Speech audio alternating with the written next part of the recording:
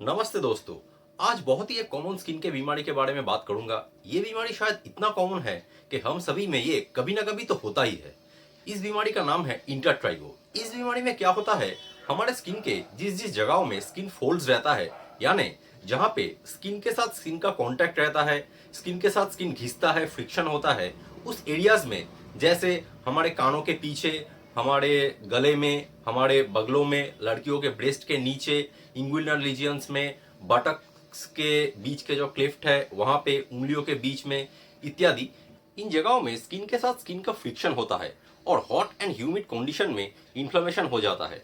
मतलब वो जगह सूज जाता है, वो जगह लाल हो जाता है और एक चिपचिपाहट सा महसूस होने लगता है और वहां सेकेंडरी इन्फेक्शन हो जाता है। ये सेकेंडरी इन्फेक्शन बैक्टीरियल या फंगल हो सकता है, या तो फिर एक साथ दोनों इन्फेक्शन हो सकता है। ओबेस लड़कियों के ब्रेस्ट के नीचे जो फोल्ड्स रहता है वहां पे कैंडिडिया बोल के एक फंगस है, उसका सेकेंडरी इन्फेक्शन बहुत ज्यादा कॉमनली होता है। इंग्विनल रीजन में भी फंगल इन्फेक्शन बहुत कॉमन है और हमारे गले में, कान के पीछे, बगलों में और इंग्विनल रीजन में बैक्टीरियल सेकेंडरी इन्फेक्शन भी हो सकता है।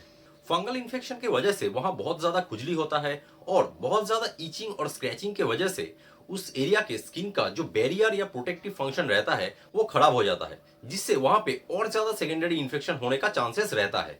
और सेकेंडरी बैक्टीरियल इन्फेक्शन होने के बाद वहां बहुत ज्यादा दर्द भी होता है, बहुत ज्यादा जलन होता है। मेरे पास तो इंग्विनल रीजन में इंटरट्राइगो लेके बहुत सारे पेशेंट्स आते हैं और वो सबसे इंपॉर्टेंटली यही कंप्लेन करते हैं कि उनको इंग्विनल रीजन में बहुत ज्यादा जलन हो रहा है। इतना जलन होता है कि उन्हें चलने में भी तकलीफ होता है।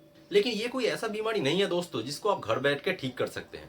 देखिए, आप तो जानते ही हैं ये सारे वीडियोस सिर्फ आपको एडुकेट करने के लिए बनाए जाते हैं।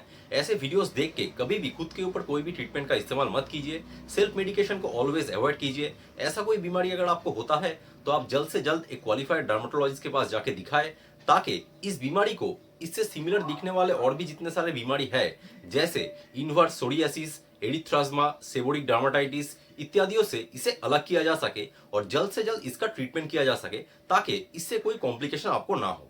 तो इस बीमारी का इलाज कैसे करना है? देखिए, सबसे पहले तो इस बीमारी को प्रिवेंट करने के लिए हमें हमारे जो स्किन फोल्ड्स है उनको ड्राई रखना पड़ेगा और उनमें बहुत ज्यादा ह्यूमिड और हॉट कंडीशन में बहुत ज्यादा फ्रिक्शन ना हो और वहां पे बहुत देर तक पानी या स्वेट जमा ना रहे, इसका हमें ख्याल रखना होगा। अगर ये बीमारी किसी को हो जाता है तो ऑपोज जो स्किन सरफेस एरिया होता है जहाँ पे ये बीमारी होता है स्किन फोल्ड्स में, उसको अलग रखने के लिए उस तरीके का एप्रोप्रिएट कपड़े पहनना बहुत जरूरी है। और बहुत सीवियर केसेस में हम गॉज का इस्तेमाल करके भी वो अपोजिंग स्किन सरफेसेस को अलग रख सकते हैं।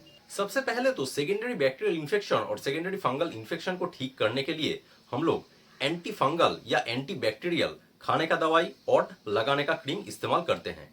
सेकेंडरी इन्फेक्शन ठीक हो जाने के बाद वहां जो सूझाव या इन्फ्लेमेशन रहता है उसको ठीक करने के लिए हम लोग माइल्ड टॉपिकल कॉर्टिकोस्टेरॉइड क्रीम का इस्तेमाल कर सकते हैं। मैं पर्सनली प्रेफर करता हूं एक माइल्ड टॉपिकल कॉर्टिकोस्टेरॉइड और एंटी फंगल या एंटी बैक्टीरियल क्रीम का कॉम्बिनेशन क्रीम, और उसके साथ खुजली को कम करने के लिए भी हम खाने का दवाई जरूर इस्तेमाल करते हैं।